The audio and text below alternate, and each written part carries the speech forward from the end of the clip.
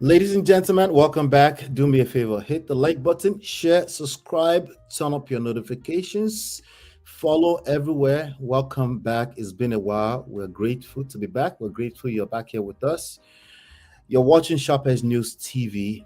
And without any further ado, folks, brace yourself because it's time to welcome the man who wears two very impressive hats. Yes. One as the publisher and editor in chief of SharpEdgeNews.com, and the other as a high chief. Yes, you heard that right. He's not just cutting through the news like a hot knife through butter. You know what butter is, right? He's also holding it down as the high chief of Dokwetu of Aide Ogbese in Akure North local government Ondo State. So whether he's ruling the newsroom or the kingdom, this man is always a sharp edge ahead. Give it up for the man, the myth, the legend, Oladimeji Abitogun. Welcome, sir. Thank you very much, Ola. I want to thank you for being so committed, so steadfast, and making sure that we are always connecting with our fans everywhere on the globe. And today is a special one. It is special because it's a Thanksgiving season, and personally, it is an opportunity for me not just to thank you, Ola, but to thank so many people who have been there for us in the last few weeks. You know what it means to have gone through the valley of the shadow of death. Yeah, we didn't have to fear evil, but evil was so palpable and hanging like some kind of gloomy situation over me in person. And as I talk to you, you can celebrate with me that I am a prostate cancer survivor. And in doing that, not just thanking God Almighty, and I do not care if I'm politically correct about that or not. And I hold no apology. Yes, I thank God Almighty, but then let me also thank God Almighty for the wonders of medicine and science. That I'm able to come back, be talking to you, is because God is tapping into some people's expertise, their brain, and knowledge to make sure that humanity pushes strongly against the scourge of all kinds of cancer, all kinds of cancer. So it's good to be back. It's good to be alive. And in that order, let me thank the Sharp Edge News family. Let me thank our friends and some corporate organizations, particularly the retailing giant, Walmart. Walmart did so much, not just extending to me a grant of $1,500 to make sure that I do not suffer in terms of being able to pay my utilities and bills. The Aetna health insurance company, they were there for me. Let me thank my old boss, and who would always who would always remain as my consistent Oga, my consistent boss, Mr. Gbenga Motosho, the current commissioner for information in Lagos State. He really acted big, not just making sure that he was financially supportive, checking on me, calling, making sure that I did not slip into the back of the great beyond. Let me thank Dr. Elizabeth Olayinka Omotayo. Let me thank Dr. Elizabeth Anyigo, formerly Mrs. Abitogun. Let me thank my son Oluwaseun Cornelius Abitogun. Let me thank the Ajibuwas. They did not only make sure that provisions were made. They visited with me while in intensive care unit at Kansas University Medical Medical Center in Kansas City here. Let me thank the urologists. Let me thank the oncologists. Let me thank family medicine people, all at the KU Medical in Kansas City here. Let me thank Taurid Alaba Abdurazak of SharpEdge News uh, Southwest Bureau in Ibadan. Let me thank Mr. Kayode Fashua, the managing director of the Hope newspaper in Akure. Let me thank the chief press secretary to the governor of Ondo State. In, I mean, the chief press secretary to the governor of Ondo State, uh, Ebenezer Adeniyo. He is doing so greatly. Let me thank the political editor of the Nation newspaper, Mr. Emmanuel Oladisu, and uh, Ms. Bola Ogunyemi of Moshood Kashimawo Olawale uh, Polytechnic in Ibadan. Let me thank Ms.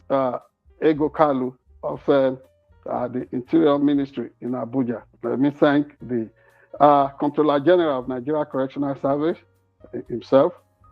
So many people, all of you, you are the heroes of this moment. But let me thank the man who wears the big hat as the heir to the place of my father in the Cornelius Abitogun family, Elder Lawrence Abitogun, his wife, Mrs. Rhoda Abitogun, Shola Abitogun, Oyinlade Oladipo Abitogun, Funmi Oladipo Abitogun, and Mrs. Victoria Abitogun.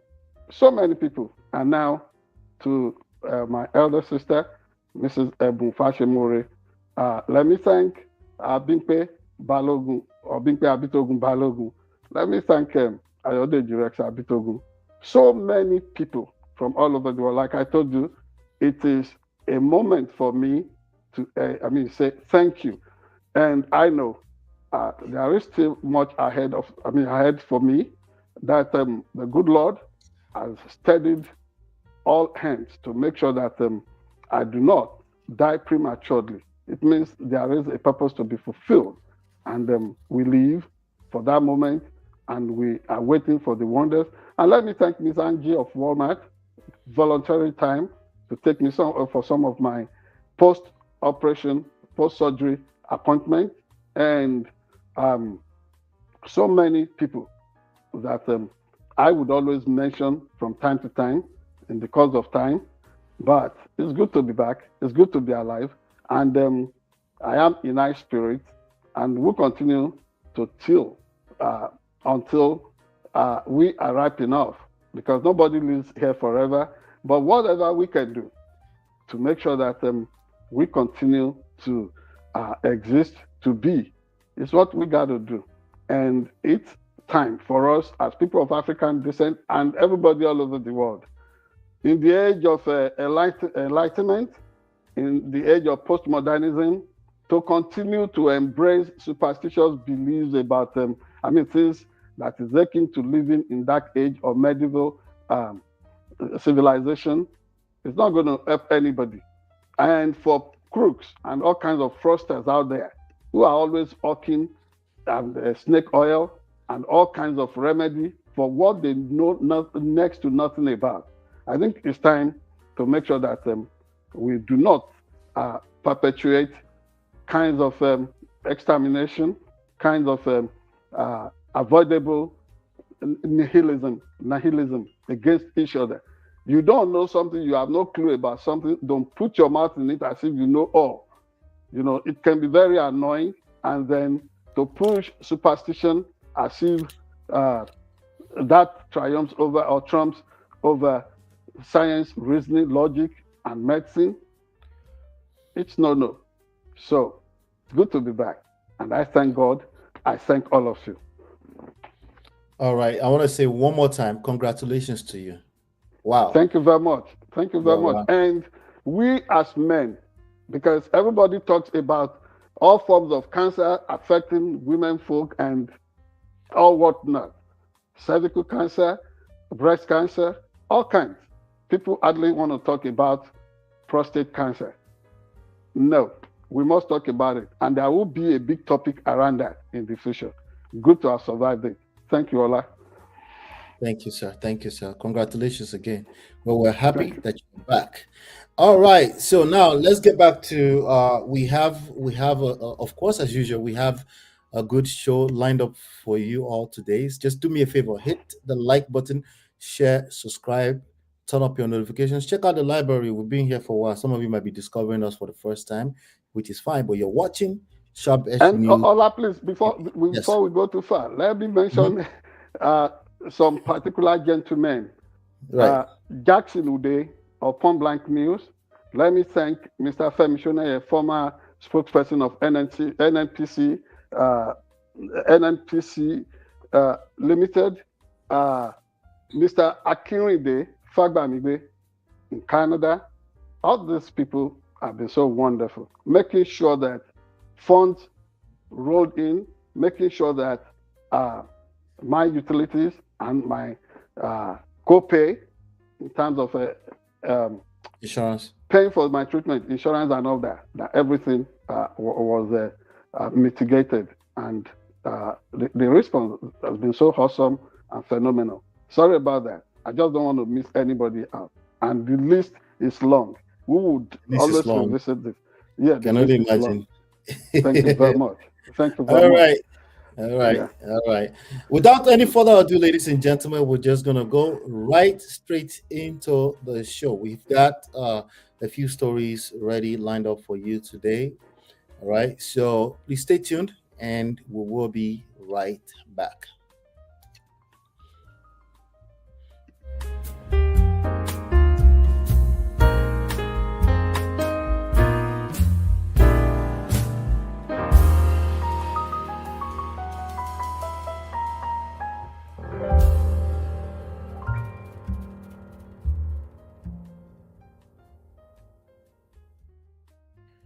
All right, Kwara church attacks shock Nigeria. This happened a few days ago, but we're just catching up. And I'm sure Chief has his commentary on this issue. But there has been an update. There's been an update that I'm going to read real quick. But there's a lot of things going on in Nigeria. At first, some few weeks ago, there might have been some news that many people would consider to be threats coming from the president of United States of America.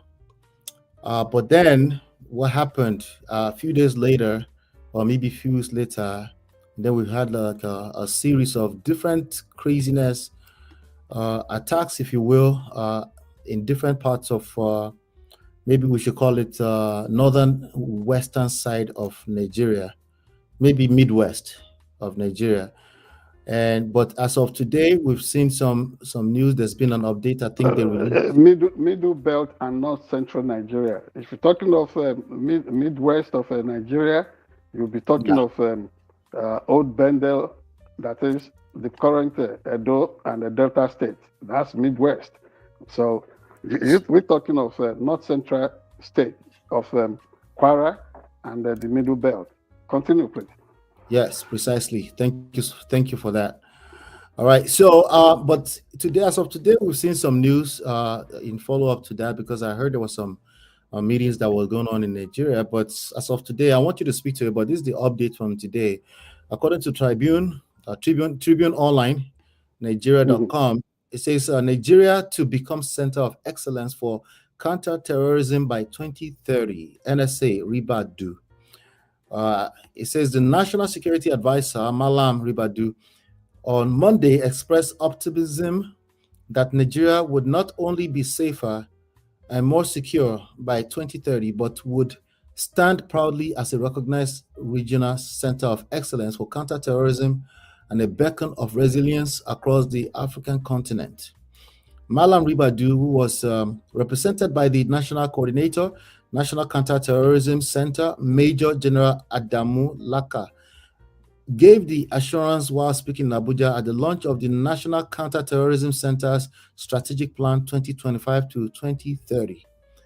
He pointed out the launch marked the unveiling of a major policy document and else the beginning of a new chapter of Nigeria's effort to counter terrorism and to strengthen the nation prevention and countering of violent extremism intervention. Okay, so that's the news. But let me say this, that I want you to speak to this because I really want to get your insights on this. A few days ago, President Bola Tinubu asked his Minister for Defense to relocate to Kebbi State. At that time, they went on to basically highlight some of his accolades, or quote unquote accolades, from fighting terrorism in Kebbi. They listed out some stuff. So that was quite interesting to look at because I thought it You was a want to joke. mention the name of this particular minister? Do you have the name? I don't. I don't recall the name at I this do point. not have it offhand, but it's a known I'll, quantity. I'll pull it up. Minister of Defense. So now I thought that was a joke. But then today they are coming out with a projection. I don't know if I should call this a projection, but I have a question.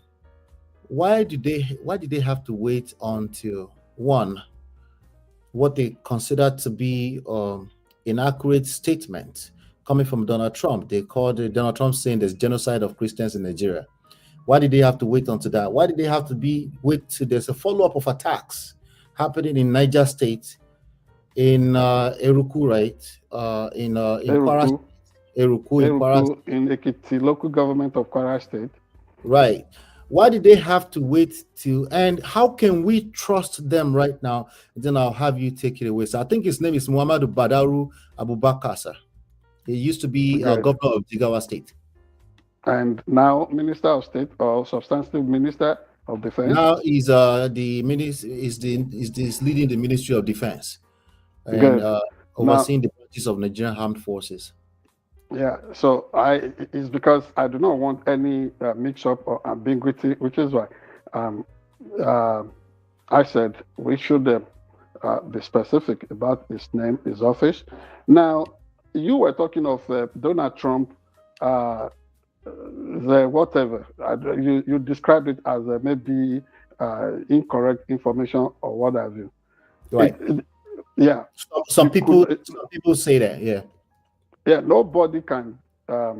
Everybody can accuse President Donald Trump of so many things, but he really nailed it concerning the characterization of whatever or some of whatever has been going on in Nigeria as Christian genocide or genocide against Christians.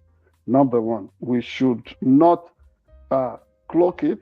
We should not disguise it. We should not minimize the seriousness of the various attacks or set of pogroms that were deliberate, targeted, and aimed at some Christian strongholds in some parts of Nigeria. That is a settled fact. But are there situations in which some people too, who are not Christians, who are Muslims or who are not Muslims, traditional worshippers, have there been situations in which they too have been victimized? Yes, indeed, there are such situations. And let us zero in on this projection that 2030 will be the year of Amanda, the year of Kumbaya, when Nigeria would be so active about containing insurgency and terrorism. Why don't we even make it a commitment that right from today, Nigeria would have zero tolerance against all kinds of avoidable bloodshed, violence, and targeted killings, kidnappings, banditry, and what have you? That would have been a more appropriate statement, something more affirmative than for anybody to want us to wallow in the luxury of some future projection 5 years or 5 years ahead before Nigeria can say, okay, we finally got it. If our audience, anybody, that really cares, we want to check our digital footprint. You remember when there was a coup d'etat in Niger Republic and some people were really ganging up and massing up saying Americans have been chased out of Niger, the French have been chased out, and then even when President Bola Ahmed Tinubu was making efforts to rally the entire West African sub-region, ECOWAS, against making that coup unpopular and warning of a dire consequence against the coup makers. You saw the way certain elements up north were really trying to shame America, the way they were trying to make it look like, oh, what had happened in Niger should be celebrated. I predicted upon that occasion because everybody thought America should be denied some, what's it called? Some place in Africa in terms of setting up some military base. And I said, for me, it will be necessary to have America come into Nigeria. And I predicted upon that occasion that the moment America will do that, it will be, business would be over for all kinds of crisis merchants all over Nigeria. And with the sneezing, when America sneezes, the rest of the world, to some extent, would want to catch cold. They would firm up, they would brace up. So the moment Donald Trump sneezed, not just roaring and talking in certain terms the other day, you saw all kinds of interest, all kinds of vested, people with vested mentality shaping up and running helter-skelter. And I do not really want to encourage Donald Trump to let go. He should try to pull the rein further concerning this. Not just about complaining about targeted killings of Christians or Christian genocide against all kinds of irresponsible and lackadaisical attitude against them, all forms of violent crimes in Nigeria. And I still insist, if America would want to establish a military base in Nigeria, so be it. And it will be, game over for everybody that is benefiting from the bloodletting that is all over Nigeria at the moment. So that said, of course, Mr. Nuhu Ribadu himself, who was represented by a proxy at that counter-terrorism forum that you paraphrased, presently, we do not know if he has returned to Nigeria, but he is supposed to be the presidential national security advisor, the national security advisor to the president of Nigeria. But he came a few days back with Mrs. Bianca Ojukwu, the Minister of State for Foreign Affairs, and the Inspector General of Nigeria Police, and so on. That delegation, for me, the composition is a misnomer. I would expect the Nigerian Foreign Affairs Minister himself to be at the head of the delegation. But, of course, the Nigerian Minister of Information, not Minister of Information, the Nigerian Minister of Foreign Affairs had been caught in a kind of misadventure on Morgan Pierre's show on BBC, where he could not even really articulate the views and the position of the Nigerian government properly. So we are looking at a situation in which the security architecture of Nigeria will be rejuvenated. It is true that Mr. Bola Ahmed Tinubu, the president of Nigeria, is reconfiguring the composition of the security apparatus of the country, but more has to be done. And it is not just something that would be a matter of body language. It must be backed by concrete action, and then making sure that Nigeria becomes a beehive of intelligence, making sure that people are seeing things, they are talking about what they are seeing, and they are reporting to people who will not snitch on the system itself. Because some of us who have actively investigated all these kinds of intractable insurgency in Nigeria, the terrorism, banditry, one thing we find out is that people at some point felt it was personal for them to defend certain interests. Certain Nigerian soldiers will be deployed to the theater of action, and then they will be saying it is haram, that it is sacrilegious, it will be sacrilegious for them, that it is forbidden for them to take the military gun and aim it at Boko Haram, who are supposed to be fellow Muslim faithfuls. Arrant nonsense.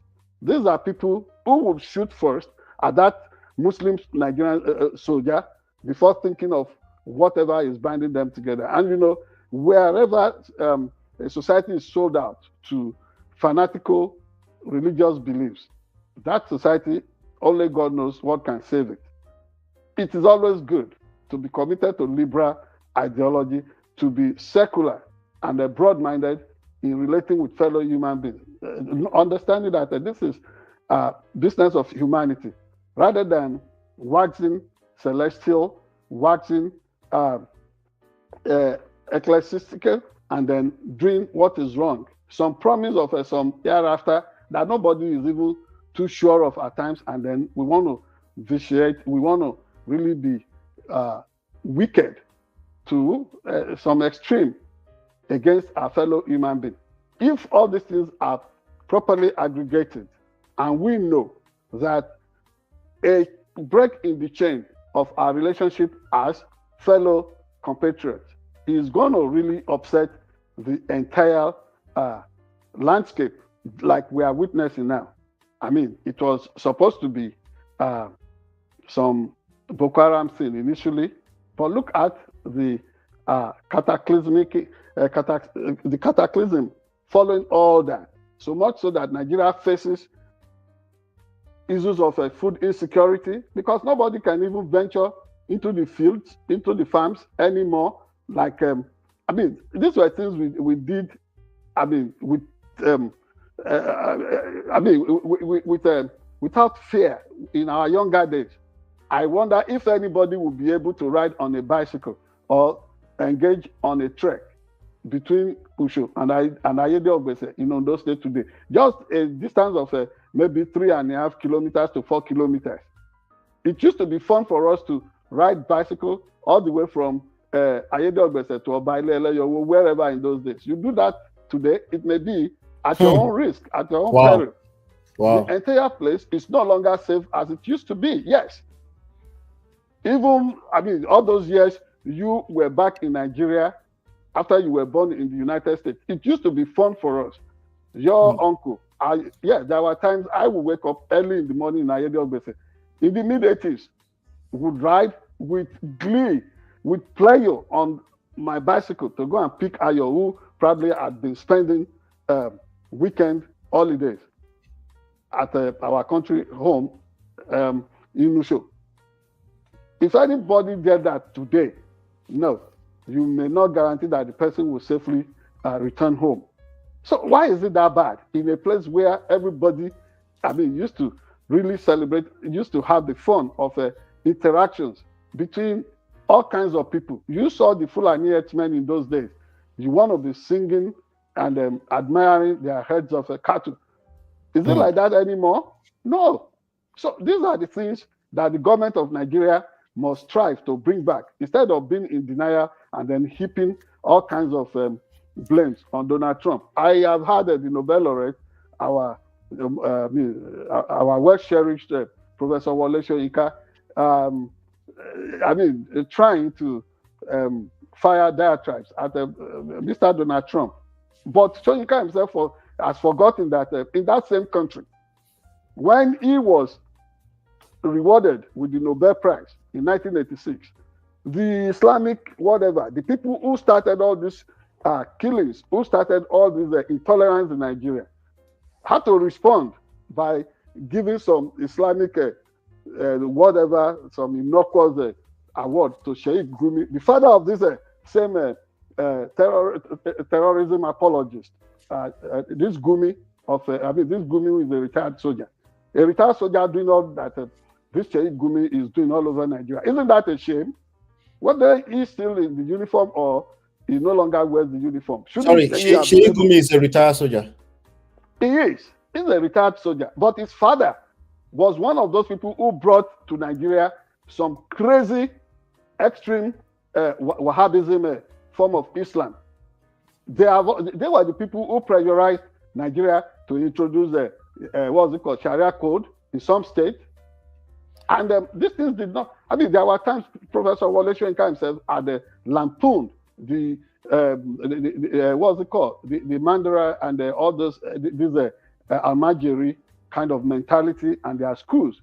So just because it is Donald Trump that is speaking against what is going on in Nigeria today, nobody wants to hear the voice of Donald Trump. I too am not his big fan, but if he is correct on certain things, let us rally support for him and then make sure that Nigeria is rent-free from the gridlock of these killer people who are all over the place. And finally, on this issue, what I am advocating here and what every reasonable person must embrace is the need for collaboration between Nigeria and the United States of America.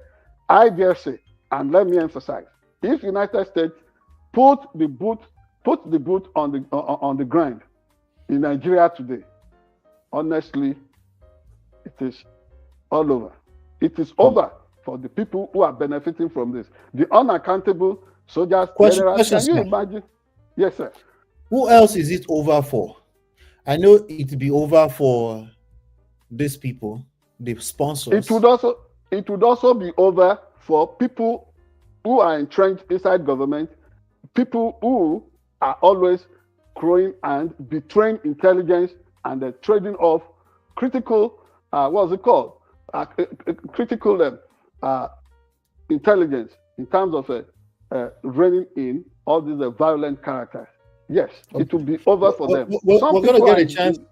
We're going to get a chance to talk more about this, but I have a very important question for you. Then I'll move to the next segment, which is about this collaboration, this purported collaboration with the United States, right? Beyond immediate corporates, bandits, militants, what are the key social, economic, and maybe governance failures, right, that created the environment for this type of activities? I mean, we've watched this grow significantly over the past 2 decades. What are these key factors? Well, the key factors are there. Socially first, when it was becoming unpopular all over the world to make a public show of executions, Nigeria was encouraging that culture of a Barbie show, firing squad, and death penalty and all that. Things that cheapen the essence of living, of life itself. That should have been a no-no, because they were making a public spectacle of executions, public executions, in order to discourage violent crimes and armed robbery and things like that. But that in itself gave a reverse, result, in that life became so casual. And then you even look at the way animals are killed at abattoirs, the way anybody can just, in the name of doing certain rituals and what have you, the way people can handle things with life. Things are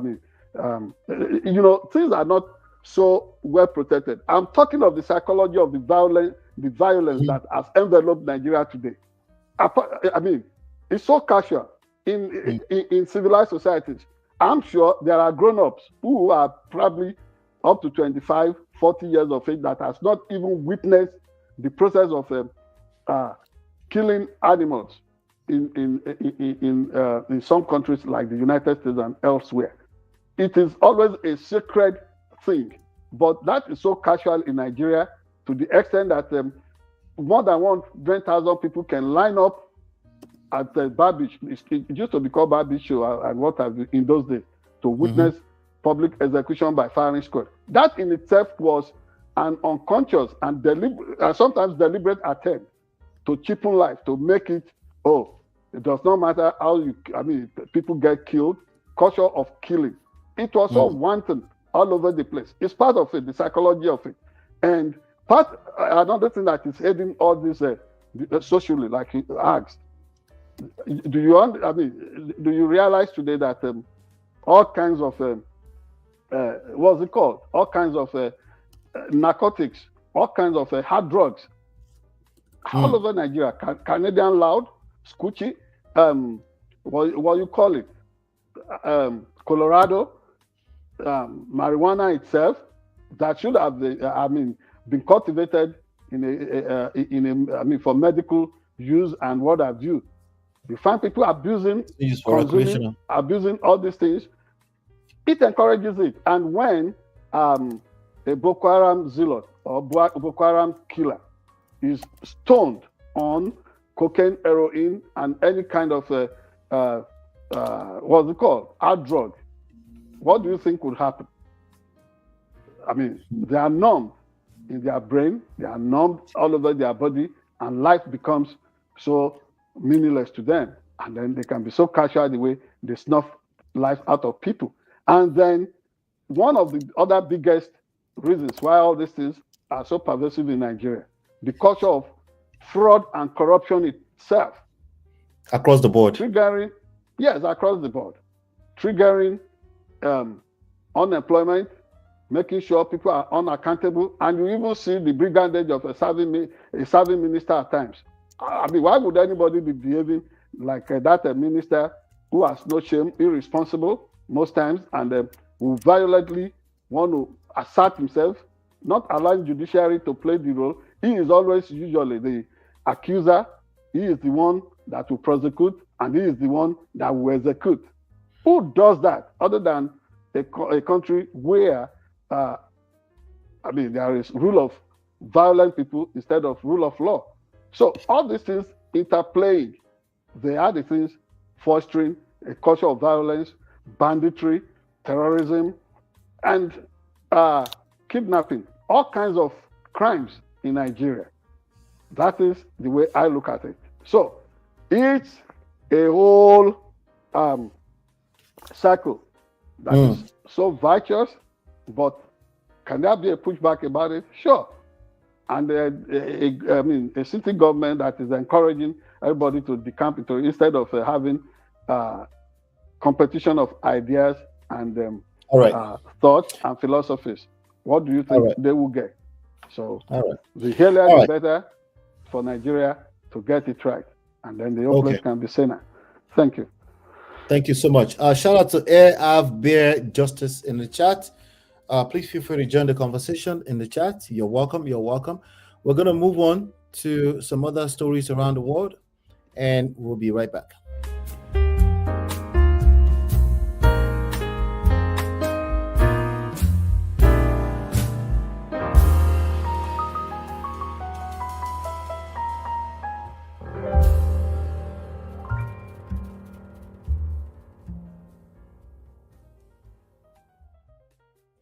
All right. So, in continuation of this crisis that's going on in Nigeria, we're going to cover another story here. According to Vanguard is reporting that there's some sort of collaboration coming up between the U.S. after all the past few weeks. There's been quite a few statements from Donald Trump. But I'm just going to read this and then we'll talk about it. It says the Nigerian government and the United States have agreed on some areas they need collaboration to tackle the worsening security situation in the country. The presidency has said. Hold on 1 second. All right. So it says the agreement includes the immediate implementation of a non-binding cooperation framework and establishment of a joint working group to ensure a unified and coordinated approach to the agreed areas of cooperation. The presidency, in a statement issued by Special Advisor of the President on Information and Strategy, Bayo Ononuga, said the United States expressed its willingness to extend complementary support, including humanitarian assistance to affected population in the Middle Belt, and technical support to strengthen early warning mechanisms. The statement explained that discussions and engagements held last week between a high-level Nigerian delegation and U.S. officials will help strengthen security partnerships between the two countries and open new avenues for cooperation to protect Nigerian citizens. According to the statement, the delegation led by the National Security Advisor, NSA, Malam Nuhu Ribadu, met with senior officials across the U.S. Congress, the White House Faith Office, the State Department, the National Security Council, and the Department of War It said, in all engagement in Washington, D.C., the Nigerian delegation refuted allegations of genocide in Nigeria, emphasizing that violent attacks affect families and communities across religious, and ethnic lines. Now, the terms. The delegation strongly rejected wrongful framing of the situation, saying such would only divide Nigerians and distort the realities all on the ground. Following these engagements, the United States government affirmed its readiness to deepen security cooperation with Nigeria. This includes enhanced intelligence support and an expedited processing of defense equipment requests and the potential provision of excess defense articles subject to availability. To reinforce ongoing operations against terrorists and violent extremist groups. The United States also expressed its willingness to extend complementary support, including humanitarian assistance to affected populations in the Middle Belt and technical support to strengthen early warnings. Both countries agreed to implement immediately a non-binding cooperation. Okay, so looks like we're repeating that. So now I have a question for you, sir. Yes. Okay. After reading that, honestly, I felt like it was word salad. Mhm. I felt like we've been there, done that, seen Before. that. It's just Mhm. like Oyedepo praying yesterday. Again, people are tired. Okay. Mhm.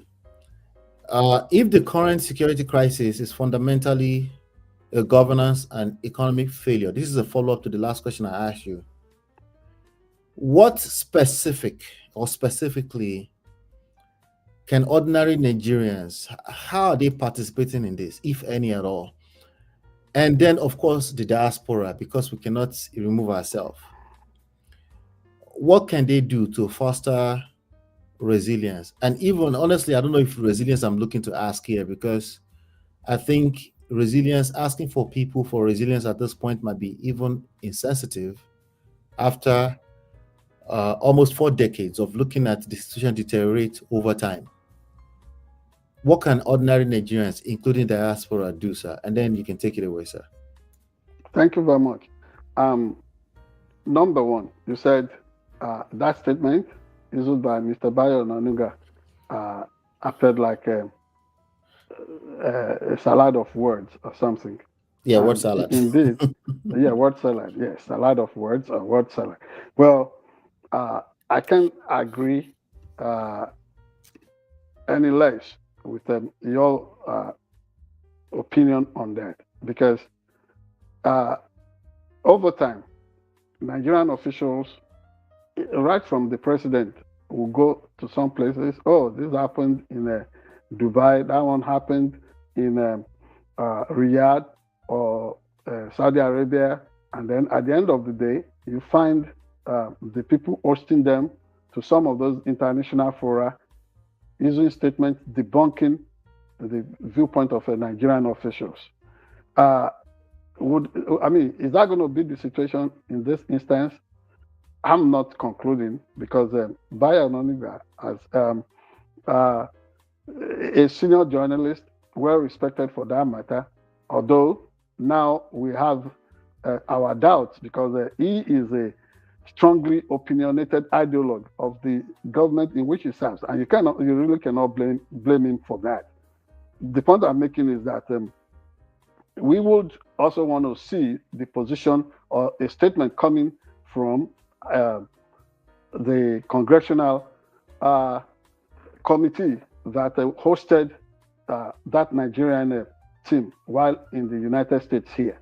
And then we need to also monitor the position of the United States government. And really, that position is not far removed from what President Donald Trump was hinting on when he raised the alarm about Christian genocide in Nigeria. And the only thing there was that he was going to, describe Nigeria in certain unacceptable terms. Like a stroke of brush to just make Nigeria look like a disgraced enclave and something like that. Very, very unacceptable. So going forward, you were asking what can Nigerians do in person, and then the role of Nigerians in the diaspora. You remember during some of our past discussions, I mentioned the relevance of diasporal communities. Vis-a-vis, what's it called? The homeland or people on the African continent. And I was borrowing from the example of the creation of a state of Israel. You know, people like nuclear scientists, the well-known physicist, Albert Einstein, all of them in the diaspora were involved in the Jewish cause, the push back, the push against Holocaust and what have you, which was why when Israel took off as a recognized nation, the creation of the United Nations, Albert Einstein was the country's original honorary president, the first president of that country in honorary capacity. He never visited Israel, but concerning leverage in the diaspora, he was really in the forefront. And that is one thing I encourage everybody who is a Nigerian in the diaspora to do. But of course, you know, some Nigerians, especially the people who call themselves the NIDO, Nigeria in Diaspora Organization, and the divisive tendency of the people at the Diaspora Commission under Abike Dabiri in Nigeria, the way they do their things, instead of including every stakeholder, making sure that every Nigerian is involved, creating very strong lobby. Everywhere you find Nigerians, it is always something that will be done with the consciousness of some people seeing themselves as belonging in a special class. Instead of running it as an inclusive organization, all encompassing, everybody on board.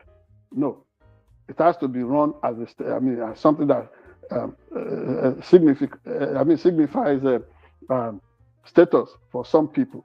Some people want to really see themselves as being privileged. And when it comes to the fact of protecting Nigeria critical assets overseas, you don't find some of these super celebrities that they parade around most times. And specifically, I'm mentioning when people like Ugoye in the past were selling Nigerian property in in Washington, D.C., Nigerian house for $25 million. Somebody who was a personal lawyer to the then head of state, Abubakar Abdulsalami, now turning himself to Nigerian government and pocketing proceeds of such sales.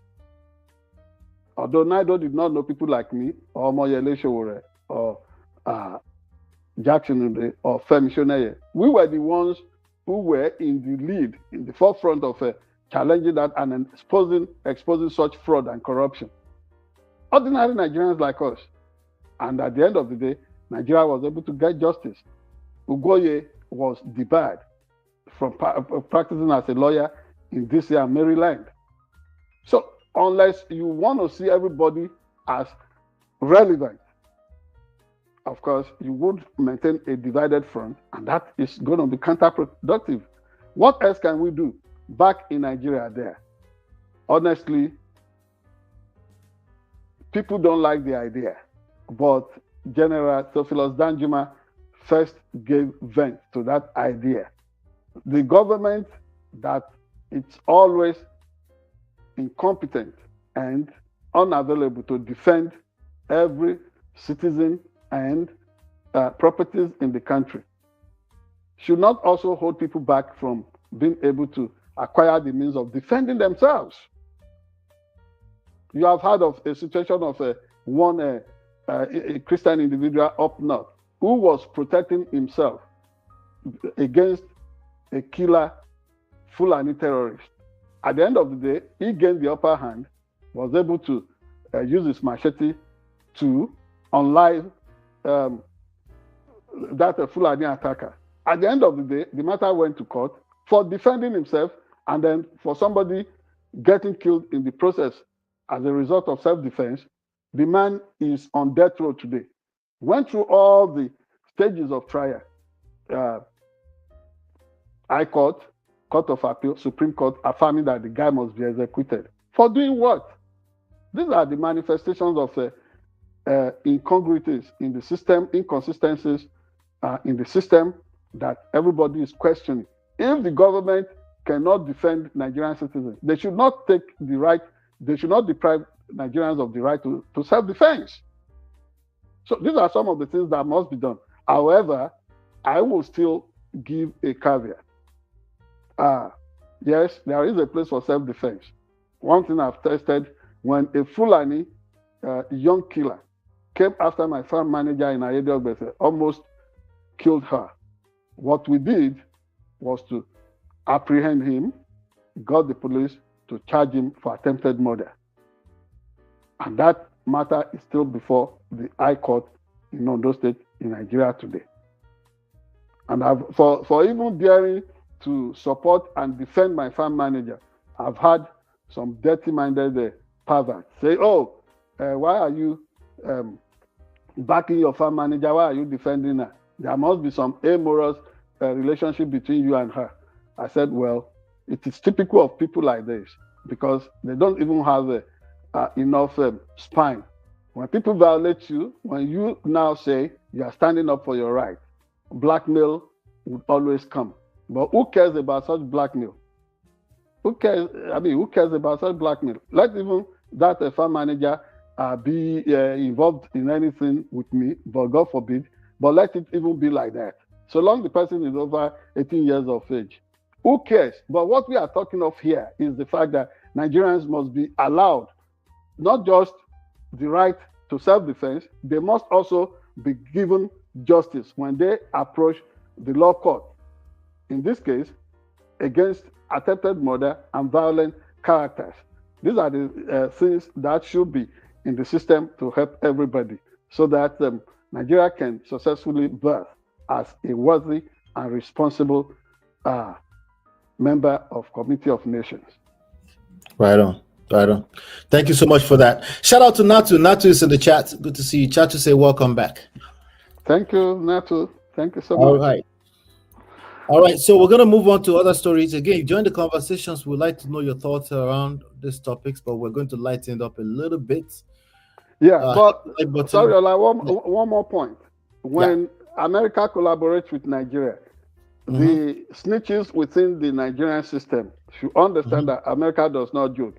And whatever is going to lead to compromise in the chain of deployment or command or engagement or what have you, America has zero tolerance for that.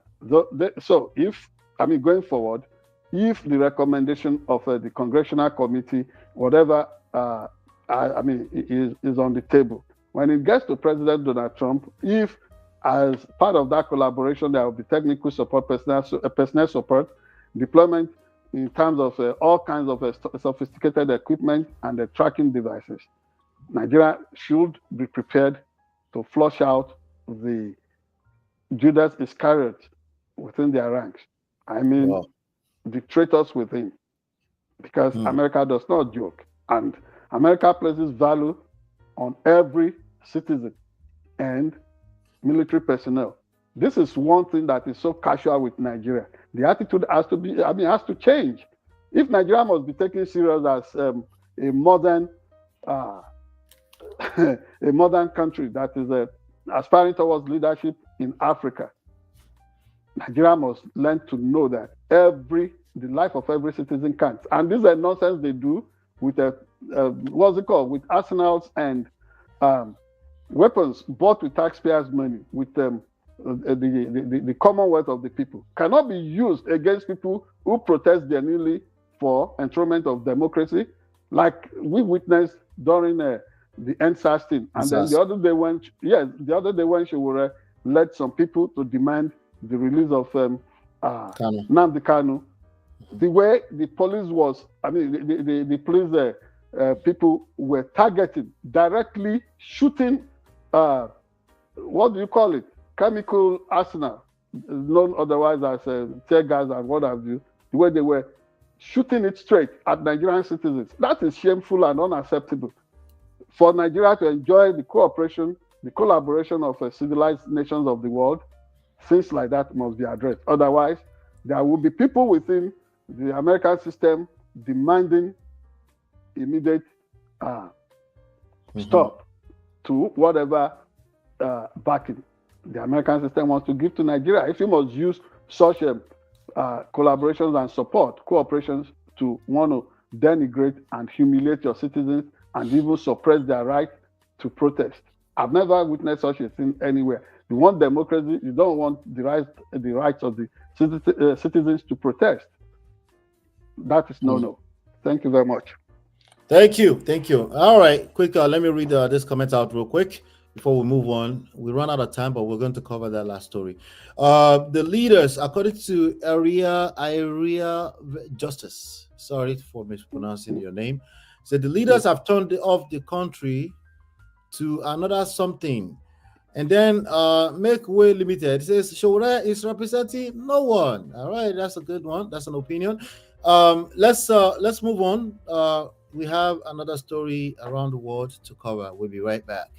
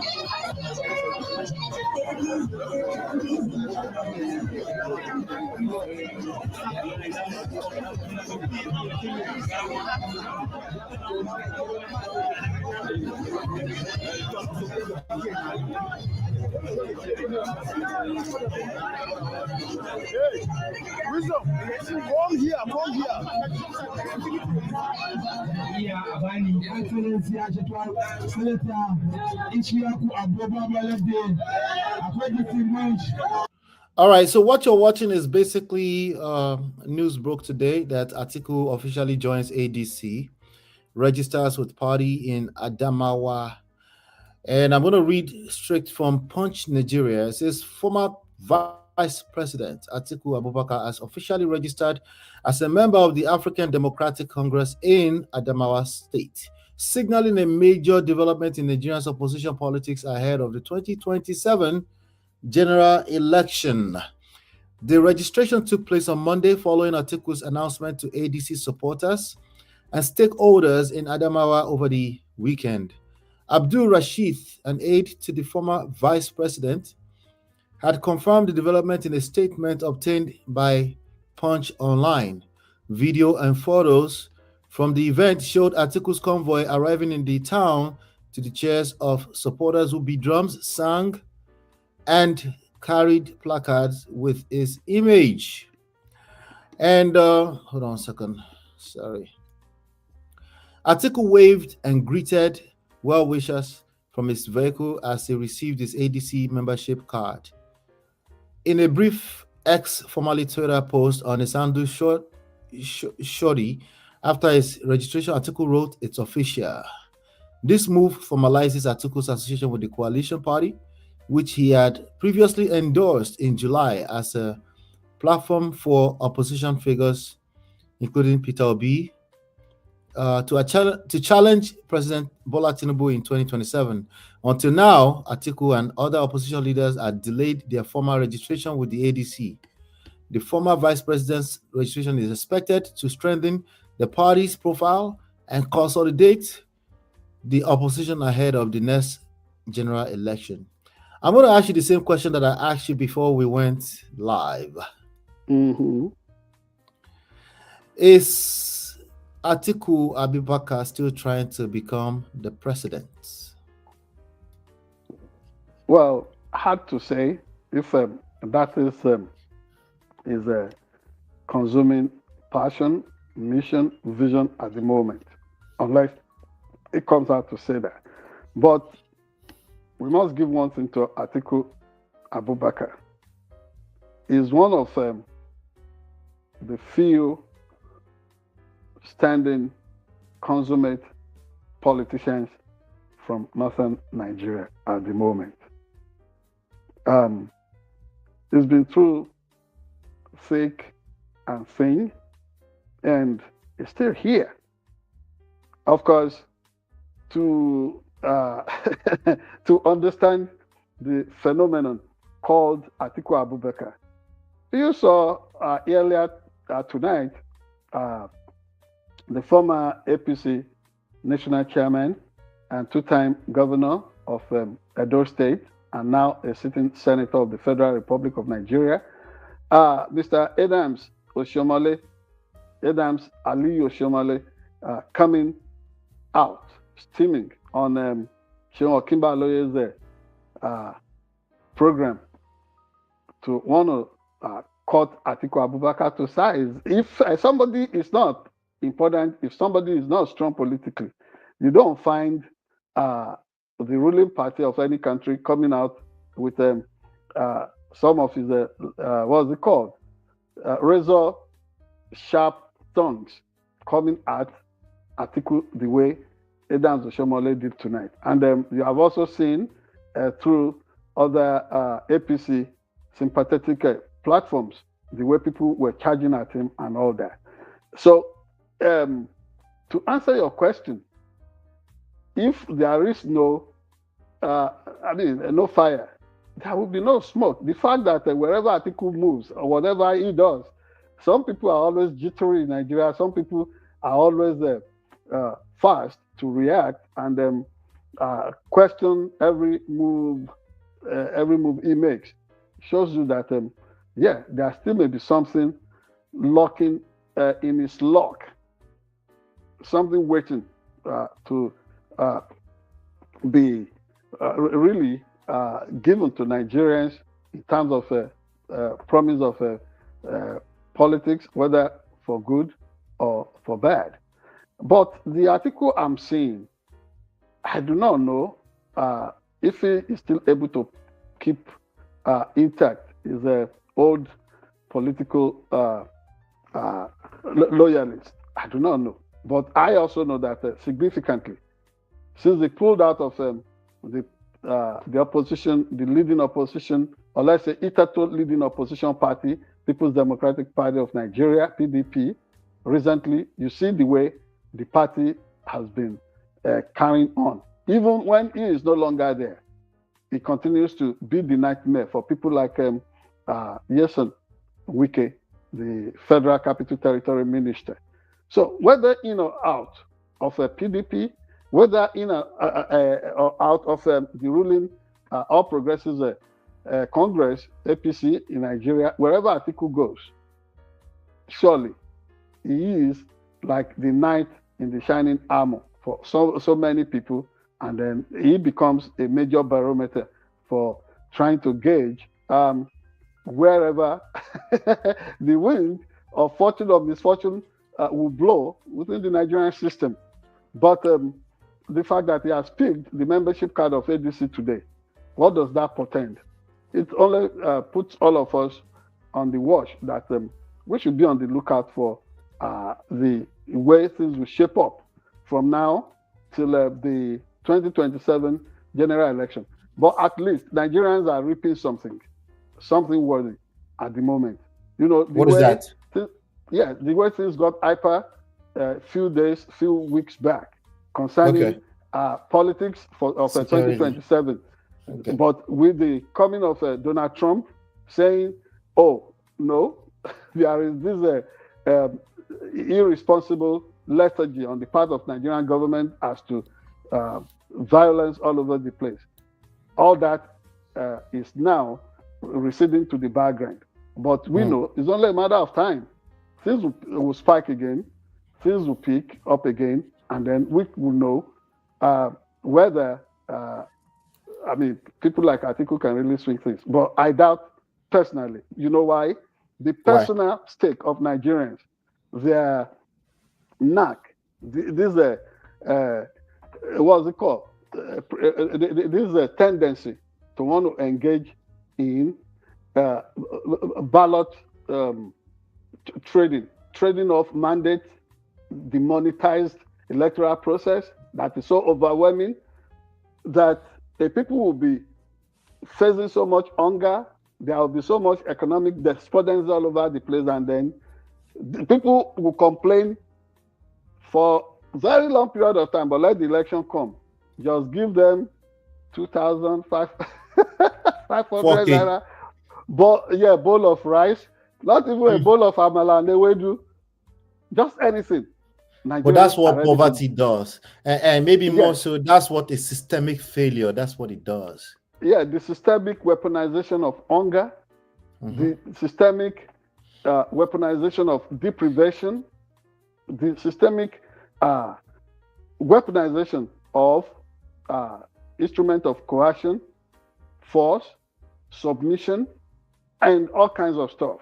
This is what you get. So the dynamics may not rest with political heavyweights, bigwigs like Atiku Abubakar, Rotimi Amechi, and who is also running, right, in ADC. Did he register yet? We don't know if he has registered, but he is a foremost player within that fold, and so many other people. Yeah, but in case PDP folds up, El-Rufai is there, but El-Rufai is going to be a liability. I do not really want to see the face of El-Rufai anywhere. I think El-Rufai should just kiss is a political. The twilight of political at least life. For now, because in Nigeria anything can happen. We know anything can happen, but El-Rufai is heavily dented. Of course, you remember why he couldn't scale the hurdle of Senate screening to become a minister. He is a major security threat to that country. And if anybody is going to be tried, like they were so excited about trying Nnamdi Kanu, if anybody is going to be tried about the spike in this terrorism conundrum in Nigeria, El-Rufai should occupy a frontline spot amongst suspected sponsors of a culture of violence in that country. And I mean every word of it. So I do not really see El-Rufai as a strong player politically. If he is in the ADC, wherever he goes, it's just going to be a bad asset. It's going to be a liability on the system. But there are more, polished individuals that can really show up within the opposition fold, and they still do credit to the. Let's finish on a light note. I have 2 questions about 2 trending news over the past few days. Just give me like a very, very shocky brief answer on what you thought about it. Nedu Nwoko and Regina, your thoughts? Well, I do not see Nedu Nwoko. What did they call Chinedu Nwoko? That funky side is named Ned. It's like somebody whose father named Ajayi slacked away the I and called himself a J. Called himself a J. Yeah, it's really so. Nedu Nwoko, his family, so many people, and I am big about the rights of women, and I do not like it when people take undue advantage of our women, our ladies, the way he has done. He's not a popular person, and I see him as highly irresponsible and manipulative. The way he's been championing this unusual state creation of a thing, I look at it as one of the 419 politics of the time in which we live as Nigerians.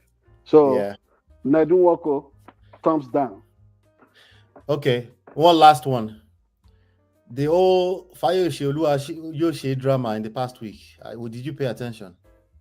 Is he calling himself Oluwayose now or Fayose? What is wrong with Fayose? The sister said the sister and the mother said it exactly that way. They said this is from the family of Fayose Oluwayose. As you know, the brother was dragging him. The sister in London dragged him. The mother came out crying and said, "Please, don't look at me like this." And Obasanjo exactly. Obasanjo used the 65th birthday anniversary or celebration to really shape him up.